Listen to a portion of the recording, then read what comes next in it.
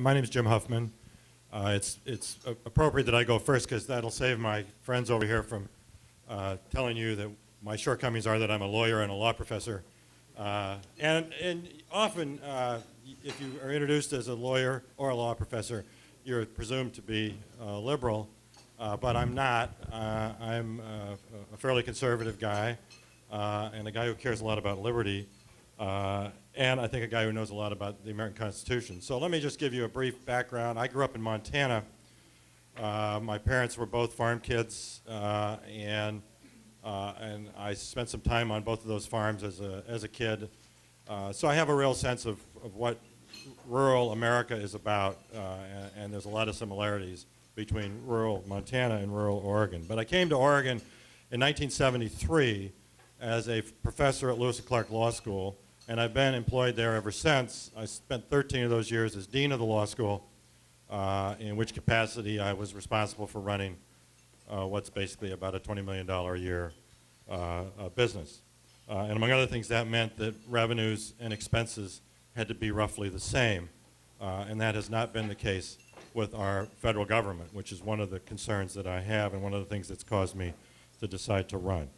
Our campaign is really about a handful of things. One is trust in government. I think a recent poll I read indicates that about 20% of Americans trust their federal government. That's a disastrous statistic. If only 20% of Americans trust the federal government. So I think there's a long explanation. I don't have time now to say why I think there is a lot of distrust in government. But in a nutshell, I think it relates to a lot of dishonesty when we're told repeatedly that programs are going to save us money rather than cost us money, and yet we all know that that's impossible. When we're told that the government is going to solve problems which we know are beyond the government's capacity to solve. I think all of those things lead to distrust in government, and there's a great need to restore that trust. It's essential in any democracy that there be trust. Secondly, I think we need to restore fiscal responsibility in Washington, D.C., as well as in the state of Oregon. And I don't know how anybody can look at what's happened, not just over the past year, but over the past several years, including Republican and Democratic administrations and Republican and Democratic control of Congress. How anybody can look over that history and say that there's been fiscal responsibility in Washington. We're running a debt that is going to burden my 11-year-old daughter and my 13-year-old daughter and my 15-year-old son, and it may burden their children as well. It's unconscionable that we're running up the kinds of debts we are and spending money in the ways that we're spending it. If the stimulus bill had been focused and had been directed, a fraction of the $1 trillion we've spent would have had more impact on job creation in this country than what we've actually done. It's a system that is fundamentally broken because money is driven not by what's in the best interests of the country, not by what's in the best interests of creating jobs and creating prosperous businesses that will be the sources of tax revenue, but in making sure that people get reelected to office.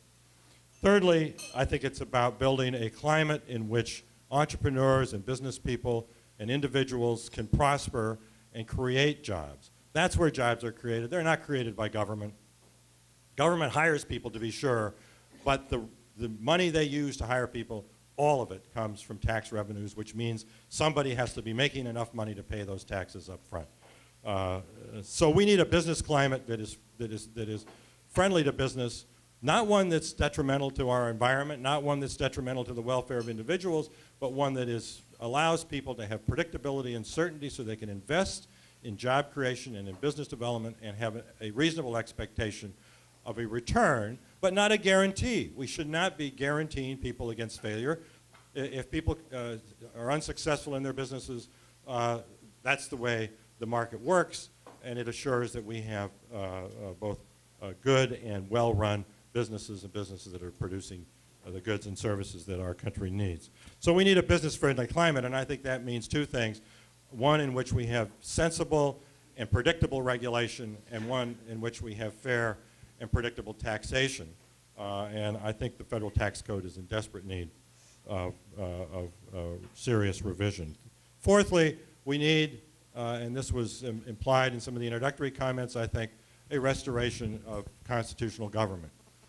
The fact that the United States Senate was designed to have 2 senators from each state reflects a fundamental premise of the United States Constitution, and that is that the states were sovereign entities when the Constitution was formed.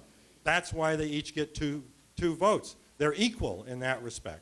And we have seen, particularly over the last year, evidence that the people in our federal government have no sense that the states have any autonomy in this government.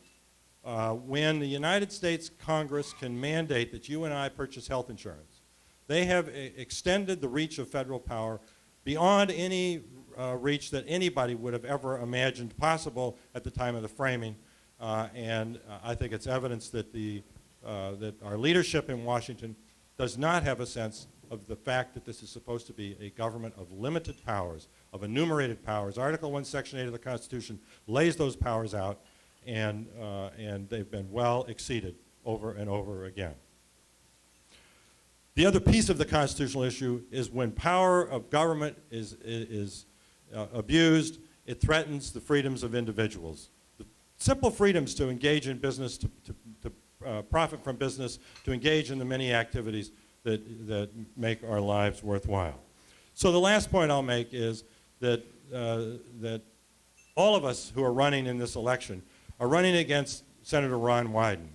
And I've heard over and over again that Senator Ron Wyden is invincible, that his election is assured. Well, we heard the same thing about Senator Smith a couple of years ago, and we know the result of that. I think Senator Wyden is vulnerable, and I think he's vulnerable for good reason. He comes back to the state every year, goes to every county. Bless him for doing that. That's what he ought to do. But his voting record evidences that he's not listening to what people in the state of Oregon are saying. So look at his voting record. I'll help you do that as this campaign goes forward. And judge for yourself whether Senator Wyden is representing the people of the state of Oregon or assuring that he's going to get reelected to another term. He's been basically unchallenged in all of his career in Congress. 30 years in Congress. 30 years he's been in Washington, D.C. There's very little evidence that he has much influence, and he's hardly ever, except when he ran against Gordon Smith to fill Bob Packwood's seat, has he ever been seriously challenged. And I think we have an opportunity to give him a serious challenge, to test him and see what he's really made of. So with that, I'll conclude, and I will suggest if you want to learn more about our campaign, look at jobsfororegonians.com on the website, and we've distributed some materials. Thank you very much.